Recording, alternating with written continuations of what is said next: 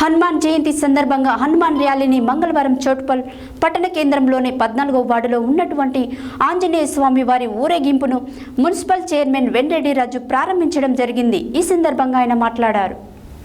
హనుమాన్ జయంతి సందర్భంగా మంగళవారం హనుమాన్ ర్యాలీని చౌటుపల్ పట్టణ కేంద్రంలోని 14వ వార్డులో ఆంజనేయ స్వామి వారి ఊరేగింపును మున్సిపల్ చైర్మన్ వెంరెడ్డి రాజు ప్రారంభించడం జరిగింది.